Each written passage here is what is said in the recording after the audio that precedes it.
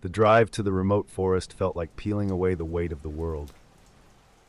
I had been looking forward to this for weeks, a night alone in nature, just me and Max, my dog, with no distractions.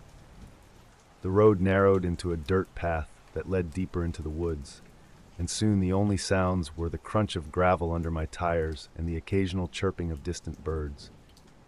When I found the perfect spot, the sun was already beginning to dip below the treetops, casting long shadows through the trees. I parked the car, grabbed my gear, and started setting up camp. The forest was beautiful. Tall trees swayed gently in the breeze, and a nearby stream trickled softly, adding to the tranquil atmosphere. Max sniffed the air with enthusiasm, his tail wagging as he darted around the clearing. He seemed happy, and that made me feel more at ease. Once the tent was up, I gathered some wood and built a fire. The warmth spread quickly, casting a soft glow that pushed back the gathering darkness. Dinner was simple, just a quick meal cooked over the fire, but it tasted better than anything I'd eaten in a long time. I sat by the fire with Max curled up beside me, the flames crackling quietly in front of us. For a moment, everything was perfect. The night felt peaceful, almost too peaceful. As the fire dwindled and the first stars appeared overhead, I leaned back and let the sounds of the forest lull me into a sense of calm. This was exactly what I had needed, time away from everything. Just me, Max, and the quiet of the wilderness. The fire had burned down to glowing embers by the time I crawled into the tent. Max followed me inside, circling a few times before settling down at my feet. The cool night air seeped in through the thin walls of the tent, but I didn't mind. I was asleep within minutes, the sounds of the forest fading into the background. It felt like I had just closed my eyes when Max jolted up with a low growl, his ears pricked and his body tense. Before I could react, he sprang to his feet and darted out of the tent, disappearing into the darkness without a sound. "Max!" I called, scrambling to unzip the tent. My heart pounded as I grabbed my flashlight and stumbled after him. The forest swallowed him up instantly, his black fur blending perfectly with the night. I shouted his name again, but the only response was the crunch of leaves under my boots. The beam of my flashlight flickered weakly as I pushed through the underbrush, branches scraping against my arms and face. Panic settled in my chest like a stone. Max never ran off like this. Something had spooked him. The deeper I went into the forest, the darker it seemed to get. The canopy overhead blocked out the moonlight, and the silence felt thick, pressing in on me from all sides. I called Max's name again, but my voice felt small and insignificant against the vastness of the woods. Just as despair began to creep in, I heard it, a faint, familiar bark in the distance. Relief washed over me, and I followed the sound, crashing through the undergrowth with renewed urgency. The barking grew louder, leading me to a narrow gap between two large rocks. There, wedged awkwardly in the space, was Max. He whimpered softly, his tail tucked between his legs as he tried to free himself. His paws scraped uselessly at the ground, and I could see him trembling under the beam of my flashlight.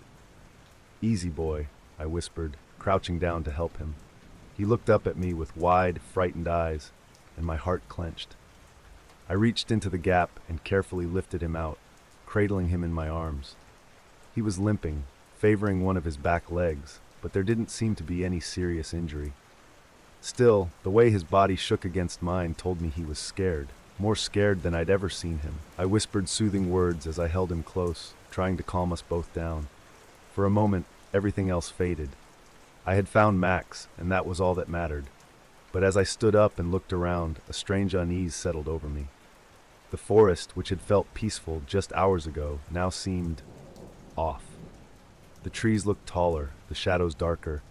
It was as if the woods had shifted in my absence, rearranging themselves in subtle ways. I couldn't explain it, but something felt wrong.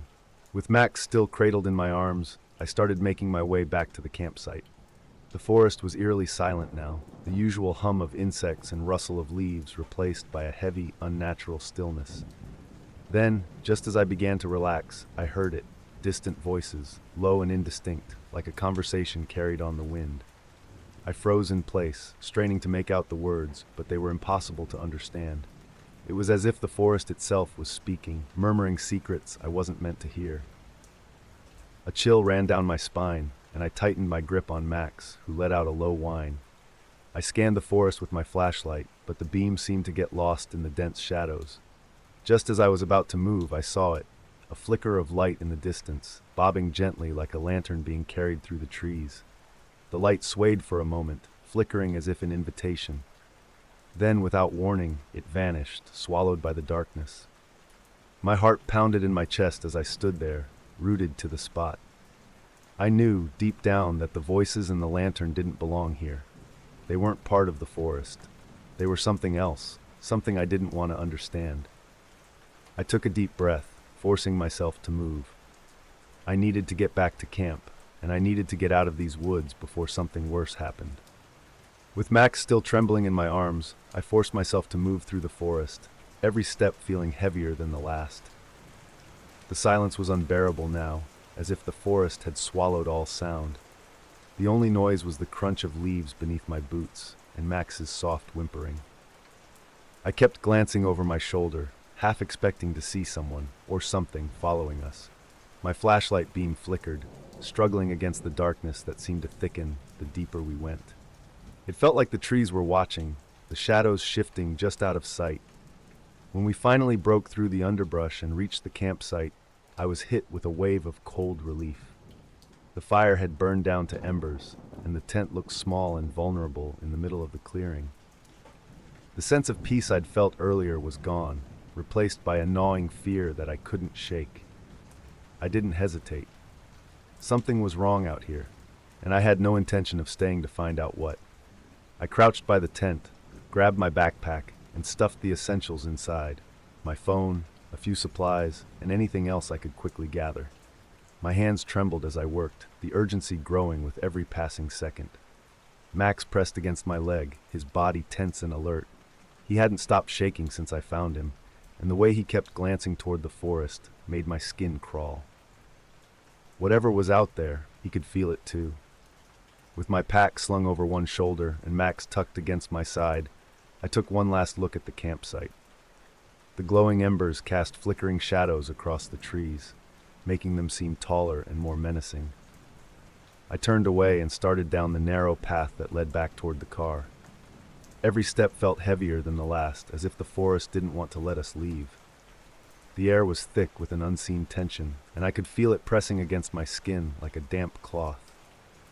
Max whimpered again, his body tense in my arms. I whispered soft reassurances, though my own fear was building with every step. It felt like we were being followed, but each time I glanced behind us, there was nothing, just the dark outline of trees and the faint glow of the abandoned campfire. The path seemed longer than I remembered, winding through the dense forest in a way that didn't feel right. My breathing grew shallow as I tried to ignore the creeping suspicion that the forest was changing, shifting with every step we took. Then the voices returned, low and murmuring, just loud enough to reach my ears, but too faint to understand. They came from every direction, as if the forest was filled with unseen speakers, whispering just out of sight. I stopped, gripping Max tighter, and scanned the darkness. The flashlight beam flickered again, as if struggling against something invisible. My pulse thundered in my ears, and I felt the weight of unseen eyes pressing down on me. I wanted to run, but the forest felt endless. The path stretched ahead like a tunnel, and every step forward felt like a step deeper into some unknown trap. I fought the urge to panic, focusing on putting one foot in front of the other, praying the car was close. Then I saw it again, a flickering light, bobbing gently through the trees ahead. It hovered for a moment, as if waiting for me to follow, and then vanished once more. My heart pounded in my chest as I stood frozen, torn between the urge to run and the need to stay silent. I didn't wait to see the light again. Clutching Max to my chest, I broke into a run, forcing my way through the underbrush and following the path as fast as I could. The forest seemed to pull at me, the shadows stretching long fingers toward my heels. The voices grew louder, overlapping in strange patterns that made my head spin. I focused on the ground beneath my feet, refusing to look back, afraid of what I might see. Max squirmed in my arms, but I held him tight, whispering frantic reassurances. At last, I saw the faint outline of the car through the trees. Relief surged through me, but I didn't slow down. I threw open the door, slid inside with Max, and slammed it shut behind us. My hands shook as I fumbled with the keys, the engine sputtering to life just as the forest seemed to press closer. I threw the car into reverse, the tires kicking up dirt as we sped down the narrow path.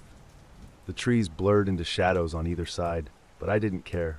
All that mattered was getting away, far away. The voices faded as we left the forest behind, but the unease remained. Even as the road opened up into familiar territory, the weight of the night clung to me like a second skin. Max had stopped shaking, but his eyes remained wide, as if he still sensed something out there.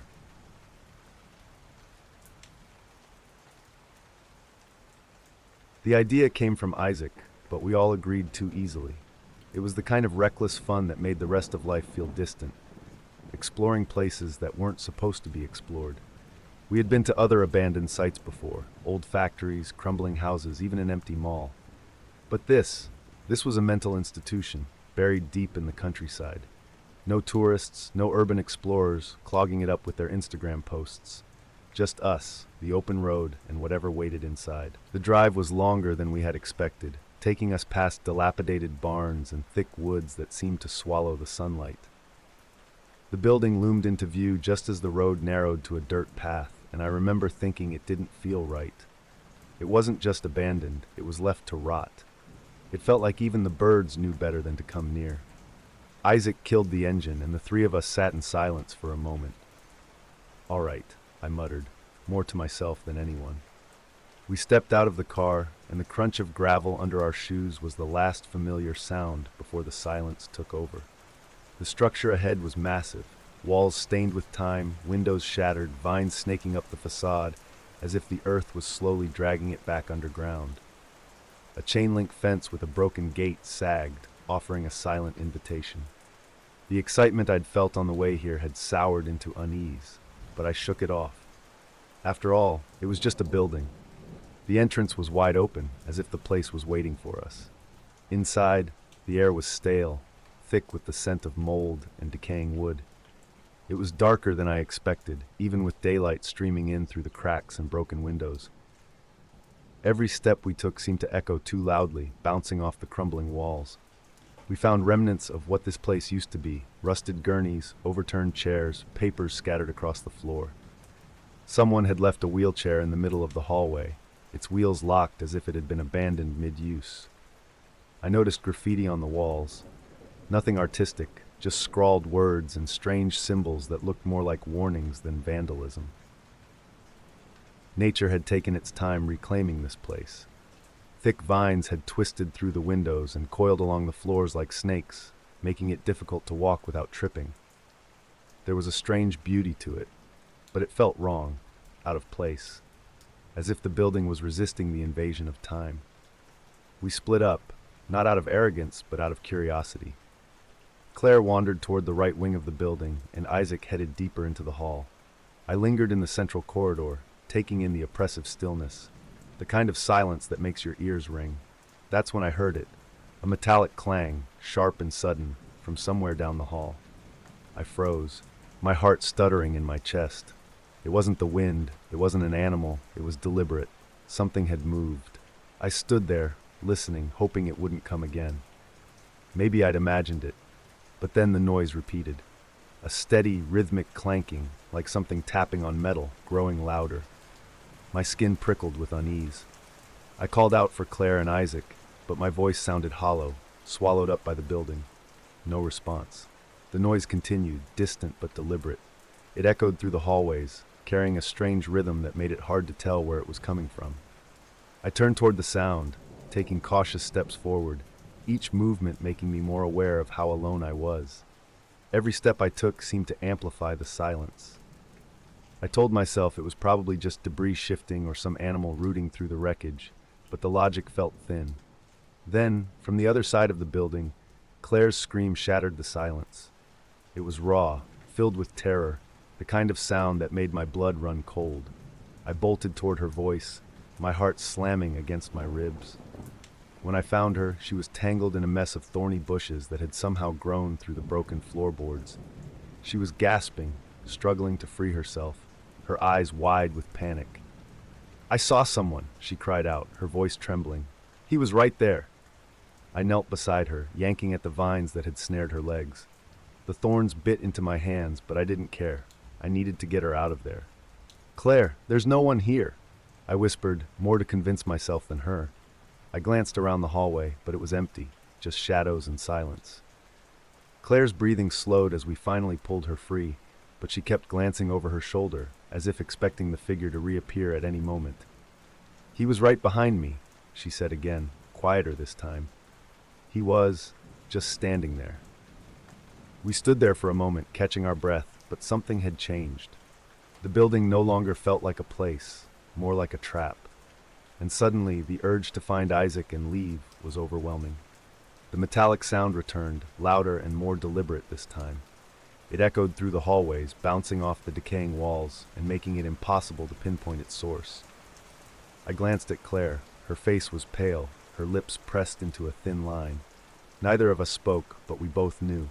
We had to find Isaac and get out of here. The hallway felt longer as we retraced our steps, the air heavier, every corner filled with shadows that stretched too far. Every creak in the floor or shift in the vines made my pulse quicken. It was as if the building was awake, aware of us, waiting. We called for Isaac, our voices trembling as they echoed back to us. No answer. The only response was that same metallic clanking, now steady like the ticking of a clock. I felt the walls closing in, the silence between each sound suffocating. Claire was starting to panic. Her steps were quick and erratic, her breathing shallow. Finally, we reached the exit. The hallway opened to a dirt path outside, but Isaac was nowhere in sight. For a moment, I wondered if he'd already left, abandoned us to fend for ourselves. Then Claire spotted him, standing at the edge of the road, staring at the building with wide, vacant eyes. Isaac looked like he'd seen a ghost. His skin was pale and he was trembling, his hands clenching and unclenching at his sides. We rushed over to him, but he didn't seem to notice us at first, as if he was still running from whatever had chased him. When I asked him what happened, his voice was barely a whisper. It was someone. He shook his head, struggling to find the words. He chased me. He didn't make a sound, just kept running after me. My stomach knotted as I listened. The way Isaac spoke, disjointed, like he was barely holding it together, made it clear he had seen something real. He said the figure had appeared from nowhere, emerging from the darkened halls like it had been waiting for him. It didn't walk or stumble. It ran. Isaac had managed to lose the figure in the maze of overgrown corridors, bursting through a side door that led to the dirt road. He had been standing there ever since, waiting for us, afraid to move. I exchanged a glance with Claire. Whatever we thought we had come here for, a thrill, an adventure, was gone. We needed to leave. Now. We wasted no time. The three of us stuck together, walking fast down the dirt path toward the car. None of us spoke.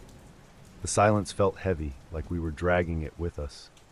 Every so often, I glanced over my shoulder, half expecting to see the figure standing there, watching us from the edge of the building. But nothing moved. The building sat quietly behind us, like a beast that had fed and was content to let us go. The closer we got to the car, the more desperate our steps became. I kept thinking about what Isaac had said, how the figure didn't make a sound as it ran. My skin prickled at the thought.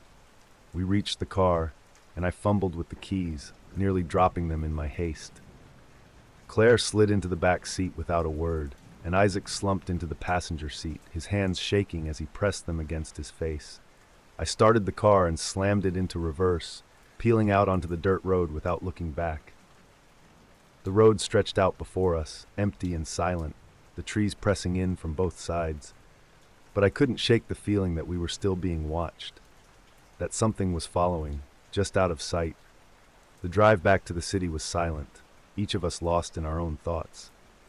The thrill of exploration had twisted into something darker, something we couldn't explain. I kept checking the rearview mirror, half expecting to see the figure standing in the road behind us, but it was always empty. No one wanted to say it out loud, but the question gnawed at us. What if we hadn't escaped? What if the figure had caught one of us?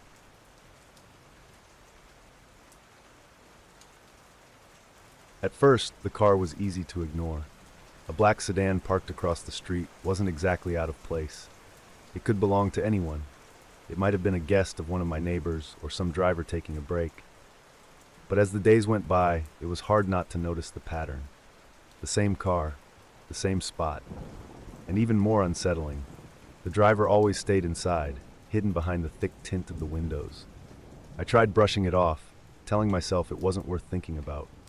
Maybe I was just tired and reading too much into things. But it wasn't just once or twice.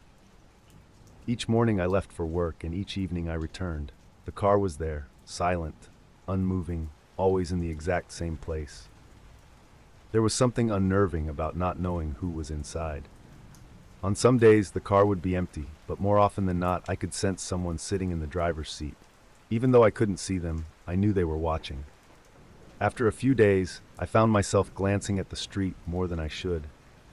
The sight of that car made my stomach tighten, and I began altering little parts of my routine, leaving through the back door, using different routes, things I hoped would ease the feeling of being observed.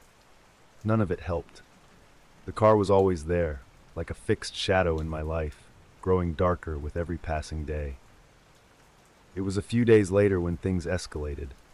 I had errands to run, and despite my discomfort, I told myself I had to go. The sun was out and the streets were busy, normal, nothing to worry about.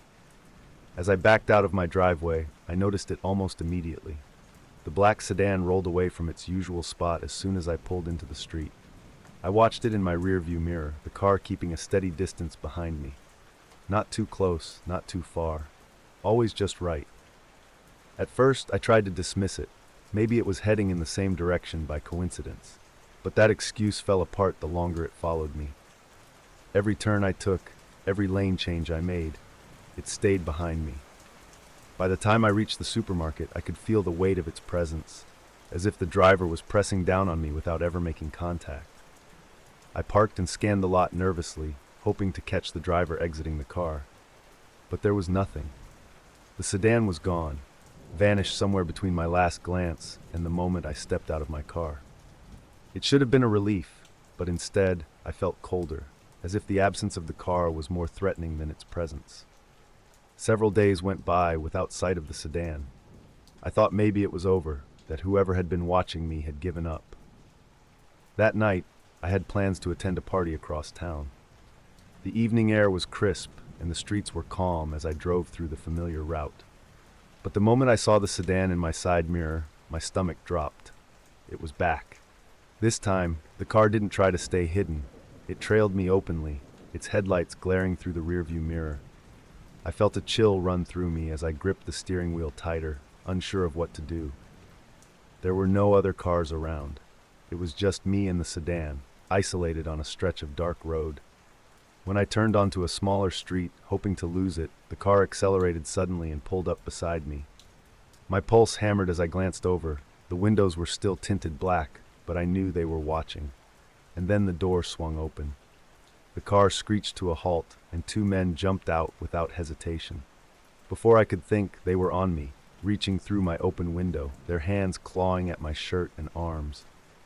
Adrenaline kicked in hard. I twisted and shoved, managing to break free from their grip. I didn't stop to look back. All I knew was that I had to run. The pavement blurred beneath me as I sprinted, the sound of their footsteps echoing in my ears. They shouted at each other, their voices sharp and angry, but fear drove me faster than their words. I cut through alleys, jumped fences, and took every turn that promised cover. My chest burned, and my legs screamed for me to stop, but I couldn't.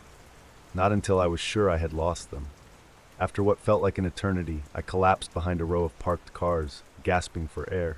The street was silent again. There were no footsteps, no shouting, just the pounding of my heart in my ears, loud and unrelenting. It took several minutes before I dared to move. My body felt heavy, and every step was an effort, but I knew I had to get home. I had escaped, but the fear hadn't left. It clung to me like a second skin, cold and unforgiving. The streets were empty as I made my way back toward my house. I was exhausted, my body aching from the sprint, but every step felt heavier with the fear that those men might still be out there, looking for me. I kept to the shadows, checking over my shoulder every few seconds. When I finally reached my street, I stopped dead in my tracks. There it was, the black sedan parked directly in front of my house. Its presence hit me like a punch to the gut. They knew where I lived. They had been waiting. All the fear I had tried to push down earlier came rushing back, and with it came the realization that going inside was no longer an option. I couldn't risk walking toward my door and giving them what they wanted. Instead, I backed away slowly, then turned and headed in the opposite direction, my mind racing. There was only one place I could go, my friend's house across town. It was a long walk, but I didn't have another option. I kept my head low and moved as quickly as I could, every parked car and dark corner making my pulse race. When I finally reached my friend's door, I knocked frantically, the sound too loud in the still night. He opened the door in confusion, but I didn't explain much, just enough to make him understand that I needed to stay the night. Though I was inside, I couldn't shake the feeling of being hunted. I sat on the edge of the couch, replaying every moment in my head, trying to piece together who those men were and why they had followed me. None of it made sense. I hadn't done anything that could have triggered this. The night stretched endlessly. Every sound outside, every passing car, every creak of the walls sent my heart racing. I kept glancing at the front door, half expecting it to burst open at any moment. I knew it was irrational, but the fear had taken root deep in my mind. Sleep was out of the question. The only thing I could do was wait for the sun to rise. Morning came slowly, the pale light outside offering little comfort. I knew I couldn't stay at my friend's place forever. If they knew where I lived, they might figure out where I was hiding. I needed a plan, a way to disappear completely. By the time my friend woke up, I had already made my decision. I couldn't go back to my house. Not now, not ever. The only option was to leave everything behind. I grabbed my phone and started looking for rental listings, places far enough away that no one would think to look for me. I packed quickly, throwing only the essentials into a bag. Every movement felt rushed, as if those men were about to show up at any second. My friend offered to help, but there wasn't much he could do. This was something I had to handle alone. With my heart pounding in my chest, I drove back to my house one last time. The black sedan was gone, but the fear remained. I didn't spend long inside, just enough time to grab the things I couldn't leave behind. As I locked the door and walked away, I knew I would never return. The new place was quiet and anonymous, just what I needed. But even in this unfamiliar neighborhood, the fear followed me. Every time I saw a dark car parked nearby, my chest tightened. Every stranger's glance felt like a threat. I couldn't shake the feeling that they were still out there, waiting for the right moment to reappear.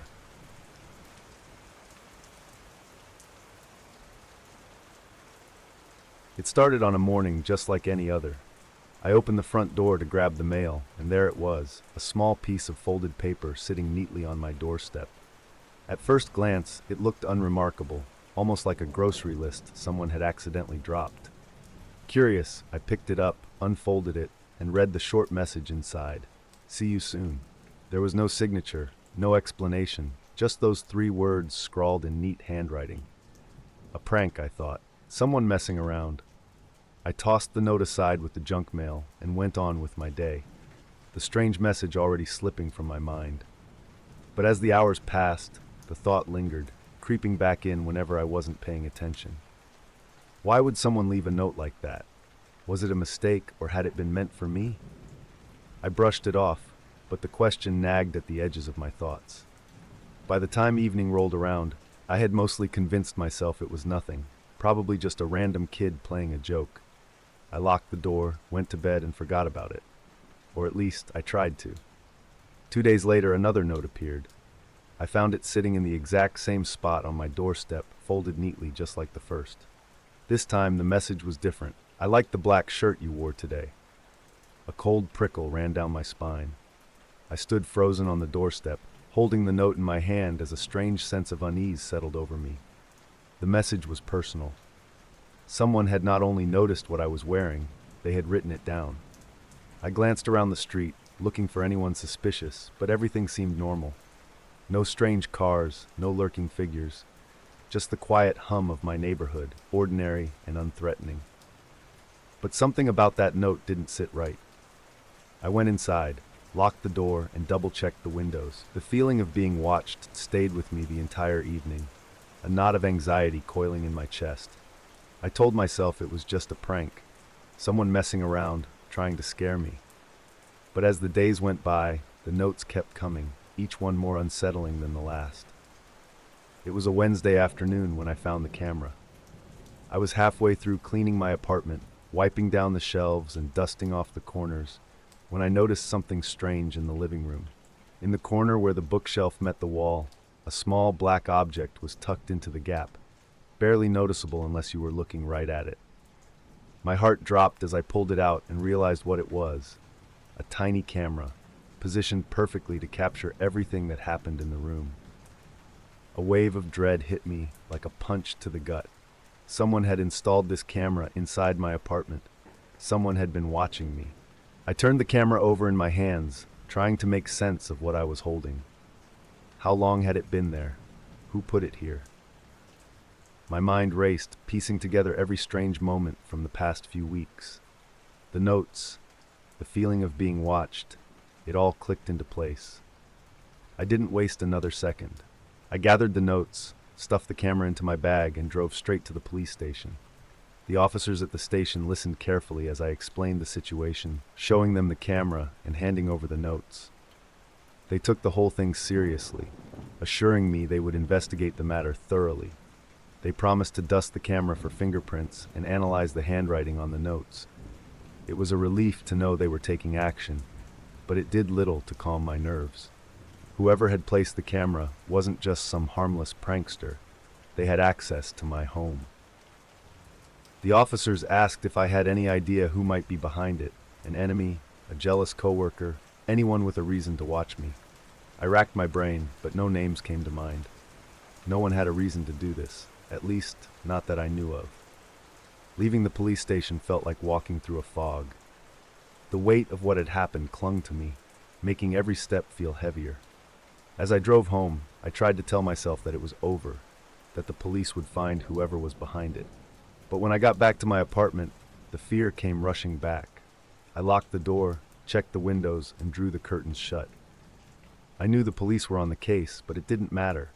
Whoever had been watching me was still out there, and if they had installed a camera in my home, what else were they capable of? Despite filing the report and turning in the evidence, the notes kept coming. Each one felt sharper, more invasive, as if the writer enjoyed taunting me. They began detailing mundane aspects of my life, small things no one else should know. You wore the black shirt again today. I saw you at your usual coffee shop. You forgot to take your trash out this morning. The worst part wasn't the content, it was the timing. The notes arrived only minutes after the events they described, making it clear that whoever was behind them wasn't just spying on me remotely. They were nearby, watching me in real time. I stopped going out unless absolutely necessary, afraid of giving the stalker more to write about. When I did venture outside, I found myself glancing over my shoulder constantly, scanning the faces around me for anyone who seemed out of place. But no one ever stood out. The streets, coffee shops, and stores were filled with strangers, each one a potential threat. The paranoia gnawed at me. I slept with the lights on, barricaded myself in my bedroom at night, and checked my phone obsessively, hoping for an update from the police. But the silence from their side only added to my growing sense of helplessness. Weeks passed, each day heavier than the last. I felt like I was living in a nightmare with no way out. Then, one afternoon, the phone rang. It was the detective assigned to my case. "We found something," he said, his tone careful. "Can you come down to the station?" I drove there, heart pounding in my chest the whole way. When I arrived, the detective met me with a grim expression. He explained that they had identified fingerprints on the camera and matched the handwriting from the notes. "It's someone you know," he said. "Someone close to you." My stomach churned as he spoke the name, my ex-girlfriend. We had ended things months ago, but I never imagined she would do something like this. According to the police, she had become obsessed after our breakup. The camera and notes were her way of staying connected, of controlling me from a distance. They had arrested her that morning, and she confessed to everything: the notes, the camera, the stalking. She said it was all a way to stay close, as if that could justify the fear she had caused. Hearing the truth gave me some relief, but it also left me feeling hollow. The threat was gone, she was in custody, but the damage was already done. My home didn't feel like mine anymore. The walls, the furniture, even my clothes felt tainted by her presence, like they all carried the weight of her obsession. The fear didn't vanish with her arrest. Every sound in the apartment, a creak, a knock, a rustle, made my heart race. I jumped at shadows, convinced someone was still watching me. Rationally, I knew she was gone, but the paranoia didn't care about logic. I found myself avoiding people altogether, unwilling to trust anyone. If someone I knew so well could do something like this, how could I ever be sure about anyone again? Time passed, but the memory of the notes and the camera stayed with me, casting a long shadow over my everyday life. Even with the police's reassurances, I couldn't shake the feeling of being watched. Every knock on the door sent a jolt of fear through me. Every passerby on the street felt like a potential threat. I checked my windows obsessively, making sure they were locked, and I changed the locks on my door twice, just to be sure.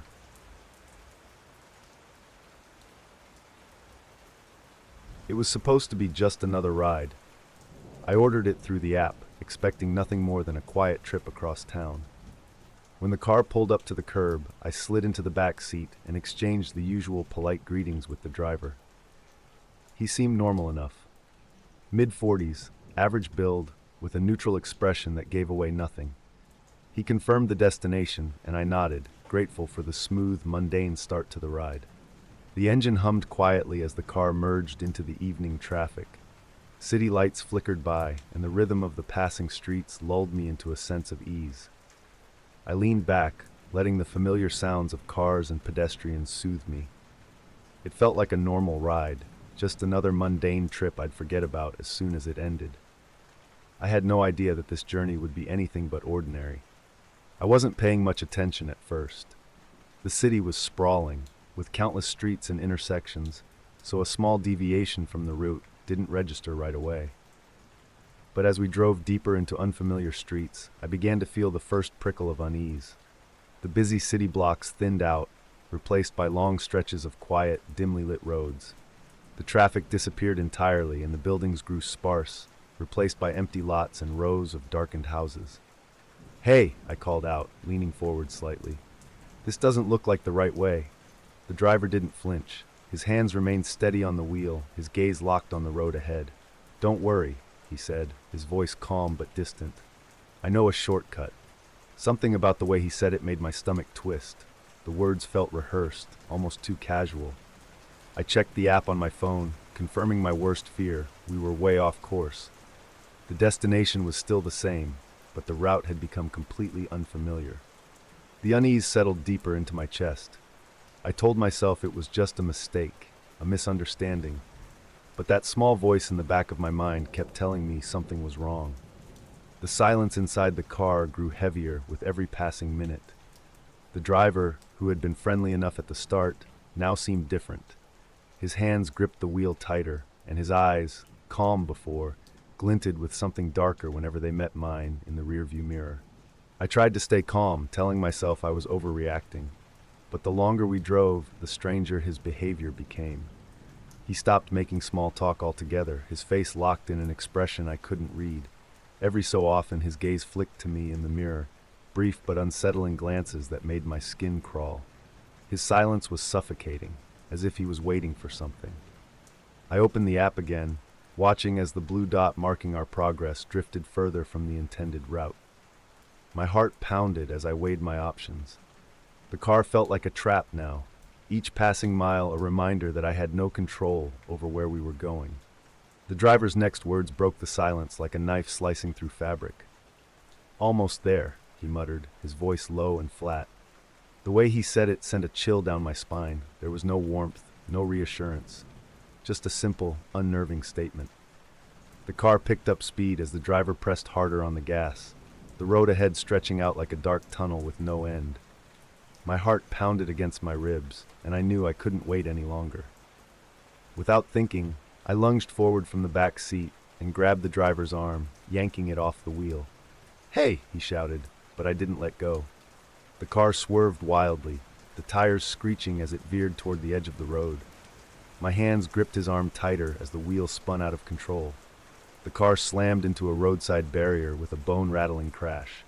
My head snapped forward, the seatbelt digging into my chest as the vehicle shuddered to a violent halt. For a moment, everything was still, the only sound the faint hiss of steam rising from the engine. The driver was stunned, slumped against the wheel, momentarily dazed by the impact. I knew this was my only chance. With trembling hands, I unlocked the door, fumbled with the handle, and threw it open. Cold night air rushed in as I stumbled out, adrenaline flooding my veins. My body screamed at me to run, but my legs felt like jelly beneath me. Then I heard it, the groan of the engine sputtering back to life. The growl of the engine roared behind me, pulling me out of my daze. I turned just in time to see the driver slam his foot on the gas, the headlights flaring to life. The tires screeched against the pavement, and the car lurched forward, barreling toward me. Every instinct in my body screamed to move. Without thinking, I threw myself to the side, rolling off the road just as the car sped past, missing me by inches. The heat from the headlights brushed my skin as the vehicle thundered by, leaving the smell of burnt rubber in its wake. I scrambled to my feet, heart pounding, legs shaky but ready to run. The driver hit the brakes, the car screeching to a halt ahead. For a moment, I thought he'd come back for me. But the engine sputtered and stalled, struggling against the damage from the crash. I didn't wait to find out if he could get it running again. I turned and ran, adrenaline pumping through me as I sprinted into the darkness, away from the car and the man inside it. The night felt endless as I ran, the road stretching out in every direction, with no sign of civilization. My shoes slapped against the asphalt, the sound echoing eerily in the quiet. Behind me, the damaged car sat idling, its engine coughing weakly like a wounded animal. I glanced over my shoulder just once. The driver was standing outside the car now, his silhouette lit by the headlights. He didn't chase me on foot, but the way he stood there watching was worse than if he had. I kept running, lungs burning, heart pounding in my ears. Every sound in the darkness felt like a threat. Every shadow seemed alive. The only thought in my mind was to get away, as far away as possible, before the driver changed his mind and decided to follow. The road seemed to dissolve into nothing, narrowing into a stretch of uneven gravel and dirt. I didn't know where I was going, only that I had to keep moving. The moonlight flickered through the trees, casting long shadows that danced at the edges of my vision. After what felt like miles, I found a place to hide, a dense patch of bushes on the side of the road. I crouched low, pressing myself into the tangled branches, my breath coming in ragged gasps. The night was eerily quiet, as if holding its breath along with me. I listened for any sound of pursuit, but the road remained silent. The car engine, once sputtering angrily, had finally fallen still. But even in the quiet, I didn't feel safe. I knew he was still out there, somewhere in the darkness, watching, waiting. Eventually, I found my way back to a more populated area. Streetlights flickering overhead, the hum of distant traffic a welcome sound. But the fear didn't leave me. It clung to me like a second skin, my mind replaying every second of that ride over and over again. Even as I walked beneath the familiar glow of the city, I kept glancing over my shoulder, half expecting to see the headlights of that car appearing out of nowhere. Every sound, a passing car, a set of footsteps, made my heart race, as if I was still running from something.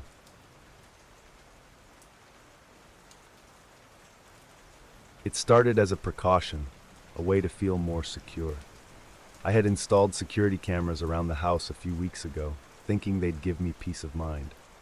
Living alone, it felt good knowing I could check in at any time, keep an eye on the place, and make sure nothing strange was happening. At first, the cameras didn't catch anything unusual, just the occasional passing car, a stray cat sneaking through the yard, or the wind rustling through the trees. But then, one morning, I decided to review the footage from the previous night. That's when I saw him. The figure stood perfectly still in my front yard, right in front of the camera.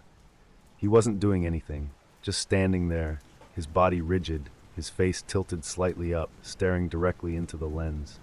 I paused the footage, zooming in, hoping to see some detail that would explain what I was looking at. But the image was grainy, and the intruder was too far to make out clearly. I told myself it was probably just a prank, someone passing by trying to be creepy. It didn't seem dangerous, just odd. But as the day went on, the image stuck with me. I found myself pulling up the footage again and again, staring at the still frame of the figure's blank, staring face. The longer I looked, the more unsettling it became. I tried to shake the feeling, telling myself there was no real danger. After all, he didn't try to break in. He just stood there for several minutes until he walked off into the night. Just a harmless prowler, I told myself. Someone trying to scare me. Days passed, and I made a habit of checking the camera recordings every morning, just in case. For a few nights, there was nothing. No strange figures, no odd occurrences. I began to relax, thinking maybe it was just a one-time thing. Then, about a week later, he came back. The footage was almost identical to the first time. Same figure, same stance, same unsettling stare directly into the camera. He stood there motionless, his head tilted slightly upward, as if looking right through the lens and into the house. This time, though, it happened at a different hour, around 3 a.m. The timing struck me as odd. Why would someone come back at such a strange hour? And why was he just standing there, not doing anything? I watched the footage again and again, trying to make sense of it, but there was nothing to understand. The figure didn't move, didn't speak, didn't act aggressively. He simply existed in the footage like a phantom, always in the same spot, always staring. As the weeks went by, the visits became more frequent. Each time, I'd review the recordings and find him there, standing motionless in the same place. It felt deliberate, like he was trying to get under my skin, and it was working. I started checking the camera feed obsessively, scanning the footage at night, hoping and dreading that I wouldn't see him again. One night, I went to bed with the usual knot of anxiety in my stomach, hoping the figure wouldn't show up again. Sleep didn't come easily, and I spent most of the night tossing and turning, my mind racing with thoughts of the recordings. What did he want? Why was he coming back? At some point, exhaustion took over, and I drifted off into a restless sleep. But the peace didn't last. Around 3 a.m., I woke to the sound of soft clinking metal, faint but distinct. It wasn't a normal house sound. My heart lurched as I sat up, straining to listen. The noise came again, a quiet, deliberate sound, like metal scraping against metal. I grabbed my phone from the nightstand, my hands already shaking. With a few swipes, I opened the live feed from the backyard camera, and my heart stopped. There he was, the same figure from the recordings, crouched by the back door, working on the lock with calm precision. He wasn't just standing there this time, he was trying to get in. The sight of him sent a wave of cold fear through me. I watched, paralyzed, as he jiggled the lock, his movements slow and deliberate, as if he had all the time in the world. My mind raced, trying to make sense of what I was seeing. This wasn't a prank. This was something else, something worse. The lock gave with a soft click, and the door swung open. My breath caught in my throat as the intruder stood up and stepped inside the house, disappearing from the camera's view. For a moment, I couldn't move. The reality of the situation hit me like a punch to the gut. There was a stranger inside my home. My heart raced as I fumbled out of bed, moving quietly but quickly. I locked my bedroom door and pressed my back against it, trying to steady my breathing. Max's crate was in the corner, but I didn't have time to check on him. All I could think about was keeping that door shut, keeping the intruder out. I grabbed my phone and dialed the police, my fingers trembling so badly that it took me 3 tries to get the number right. When the dispatcher answered, I kept my voice low, barely above a whisper. "There's someone in my house," I said, struggling to keep my voice steady. "He just broke in. He's inside." As I gave the dispatcher my address, my worst fear came true. The doorknob to my bedroom began to turn. The knob rattled gently at first, like someone testing its strength. My breath hitched as I pressed all my weight against the door, hoping, praying, the lock would hold. The rattling grew more forceful, the knob jiggling violently now, as if the intruder was determined to get inside. I felt the door tremble beneath my weight, and my heart pounded in my chest, each thud louder than the last. I whispered to the dispatcher, "He's trying to get in. He's at my door." The words felt strange in my mouth, as if saying them aloud made the situation even more real. "Stay on the line," the dispatcher said, her voice calm but distant. "Officers are on their way. Just stay where you are and keep the door locked." The knob twisted again, harder this time, as if the person on the other side was becoming frustrated. My palms were slick with sweat, and every muscle in my body tensed as I leaned harder against the door. The air felt thick with fear, and it was all I could do to keep myself from panicking. Then, just as quickly as it had started, the rattling stopped. The silence that followed was worse than the noise. It was heavy, oppressive, and filled with unanswered questions. I pressed my ear to the door, straining to hear any sound from the other side. Nothing. No footsteps, no movement, just silence. My hands shook as I whispered into the phone, He stopped. But even as I said it, I knew the silence didn't mean I was safe. The intruder could be waiting, standing just beyond the door, listening to my every breath. Minutes dragged by, each second stretching into an eternity. Then I heard it, soft, deliberate footsteps retreating through the house. I stayed frozen in place, too afraid to move, as the footsteps grew fainter, heading toward the back door. A moment later, the door creaked open, and the intruder slipped back into the night. The soft click of the door shutting behind him was the only indication that he was gone. The distant wail of sirens finally broke the suffocating silence, and I felt a wave of relief so strong it left me lightheaded. The intruder was gone, fled at the sound of approaching help. But the fear hadn't left me. It clung to me like a second skin, refusing to let go. When the police arrived, I unlocked the door and met them at the front of the house. My legs were shaky, and it took everything I had not to collapse from the sheer exhaustion of holding myself together. The officers swept through the house, checking every room, every closet, every corner. They found no sign of the intruder, just the broken lock on the back door and a trail of muddy footprints leading away from the house. One officer asked if I recognized the man, if I had any enemies or knew someone who might want to scare me. I shook my head, my thoughts too scattered to form a coherent answer. "No," I whispered. "I don't know who he was." After the police left, I sat on the edge of my bed, staring at the phone in my hand, unsure of what to do next. The house felt different now, tainted, like the walls themselves had absorbed the fear and tension of the night.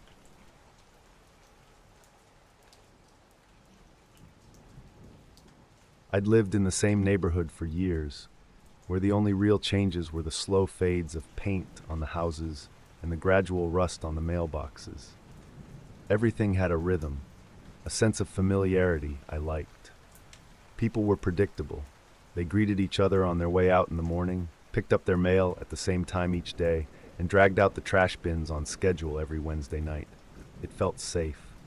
I liked knowing my neighbors, even if it was just by sight. That changed when the new neighbor moved into the house next door. At first, I didn't think much of it. People come and go all the time. The house had been empty for a few months, so it was only a matter of time before someone else claimed it. I spotted him for the first time as I was pulling weeds along my fence line. He looked normal enough, early to mid-30s, average build, dark hair. When I saw him by the mailbox a few days later, I gave a friendly nod. He responded with a polite smile, just enough to seem courteous, but there was nothing more to it. No conversation, no introduction. I figured he was just a private person, maybe the kind who liked to keep to himself. We all know someone like that. At first, it didn't bother me. I even appreciated that he wasn't loud or disruptive, just quiet. He didn't try to meet the neighbors or attend the occasional block gatherings. He stayed in his lane, and that seemed fine. But the more I noticed, the more his isolation started to stand out. It wasn't just that he kept to himself. It was that there was no trace of him outside of occasional glimpses. No deliveries, no signs of visitors. The windows of his house stayed dark, no glow of a TV or even a lamp at night. At the time, I shrugged it off. Everyone's entitled to privacy, right? I had no reason to think anything was wrong. Not yet, anyway. The first time I noticed the noises, it was nearly midnight. I just turned off the lights, settling under the covers, when faint tapping sounds floated through the still air. At first, I thought it was just my imagination, but as the minutes dragged on, the noises became clearer. Sporadic taps, a creak here and there, and occasionally, the low hum of something mechanical. I glanced out my window toward the neighbor's house, expecting to see lights on, but it was pitch black. The windows were as dark as they had been every night since he moved in. I tried to convince myself it wasn't anything strange.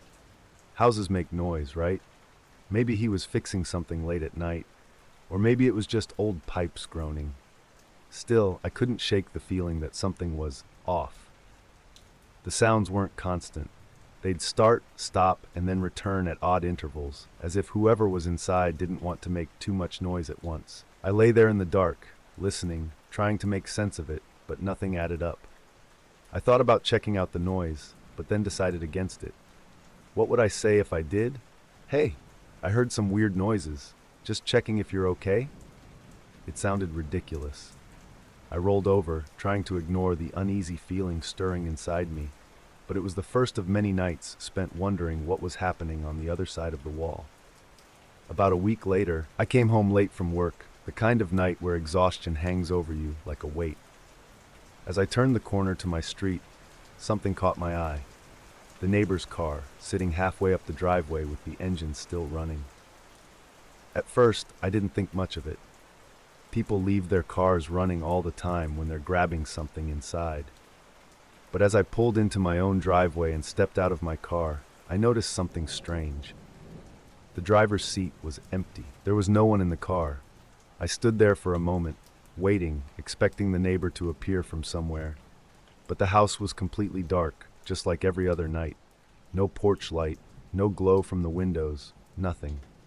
The engine hummed quietly in the silence, a steady, low noise that felt unnervingly out of place in the still night.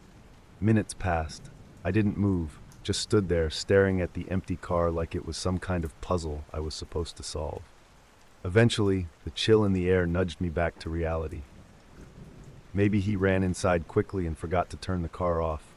Or maybe he had a habit of doing things that didn't make sense to anyone but himself. I walked inside, telling myself not to dwell on it. But the image of that empty, running car stayed with me, lingering at the edges of my thoughts like a song you can't get out of your head. That night was the turning point. After that, I started noticing things, little details that didn't seem to matter on their own, but added up to something unsettling.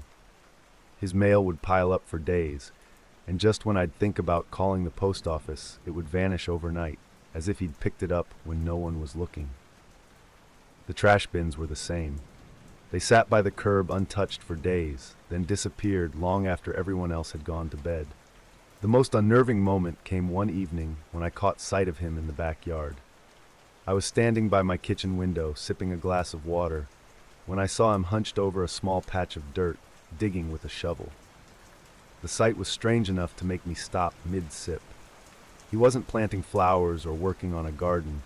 He was digging, methodically, like he was burying something. He must have sensed my gaze because he suddenly stopped and turned his head toward me.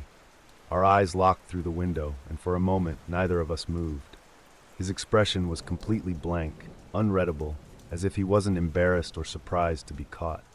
There was no flicker of emotion, no explanation in his eyes. He just stared, holding the shovel in both hands. Then, without a word or a wave, he turned on his heel and walked back inside, leaving the half-dug hole behind him. The moment felt heavy, like the air between our houses had thickened somehow. I stood there for a while, staring at the spot where he'd been, the unease spreading deeper into my chest. I told myself it was nothing, just a weird moment, easily explained if I tried hard enough. But deep down, I knew something wasn't right. The next morning, something new awaited me. As I stepped out onto my porch, I noticed it almost immediately, a single black glove lying right at my front door. It wasn't mine. I didn't own gloves like that, and I was sure it hadn't been there the night before. The leather looked smooth, clean, and new, no scuffs or dirt. It hadn't been lying there for long. I bent down and picked it up, turning it over in my hand, trying to understand why it was there. At first, I thought it might have been misplaced by someone passing through, but the placement was deliberate, centered right in front of the door. A quiet unease bloomed in the back of my mind. Was this a message? A warning? Or just some weird prank? I glanced toward the neighbor's house, but as always, the windows were dark. Nothing stirred over there. Just silence and that heavy stillness I'd come to expect. I dropped the glove into the trash can and tried to move on, but the unsettling feeling wouldn't leave me. Someone had been on my porch last night. They'd left something behind, something small but deliberate. And the worst part was, I had no way of knowing who it had been or what it meant. That night, I woke to a sound that sent a jolt of fear through me. Footsteps, slow and deliberate, just outside my bedroom window. I shot upright in bed, heart racing, and listened closely. The soft crunch of shoes against the grass was unmistakable. Holding my breath, I crept toward the window, careful not to make a sound. The blinds were closed, but through the narrow slats, I could just make out the flicker of movement. Someone was out there, walking close to the side of my house, but I couldn't see who it was. My pulse hammered in my ears as I stayed frozen by the window, watching, waiting. Then, out of the corner of my eye, I noticed it. The neighbor's porch light, flickering on and off in erratic bursts. It cast strange, shifting shadows across the yard, distorting shapes into something almost unrecognizable. For a moment, it looked like the shadows were moving, creeping closer toward my house, but it was hard to tell. I stood there, paralyzed, waiting for something to happen. The footsteps stopped abruptly, and the silence was worse than the sound. I didn't dare move, afraid to breathe too loudly, afraid that whoever, or whatever, was out there might hear me. By the time morning came, I knew I had to confront him. I couldn't take the unease anymore, the sleepless nights, the creeping paranoia. I had to know what was going on, even if it sounded ridiculous. I waited until the middle of the day, hoping he'd be more likely to answer. But when I walked up to his front door and knocked, there was nothing, just the dull echo of my hand against the wood. I knocked again, louder this time, but the result was the same. The house was silent. Not just quiet, but empty, like no one had been there for a long time. The curtains were drawn tight, blocking out any glimpse of the interior. I tried the doorbell, but there was no sound, no chime. It was as if the house had been abandoned overnight. I stood on his porch for what felt like hours, my mind spinning with questions. Should I call the police? Should I check around the back? But what would I even tell them? There wasn't anything tangible, just a string of strange occurrences that didn't add up to a crime. In the end, I walked away, leaving the unanswered questions behind me. A few days later, the moving truck arrived. I watched from my window as two men loaded boxes into the back of the truck. The neighbor appeared only once, standing in the doorway of his house for a moment before retreating inside.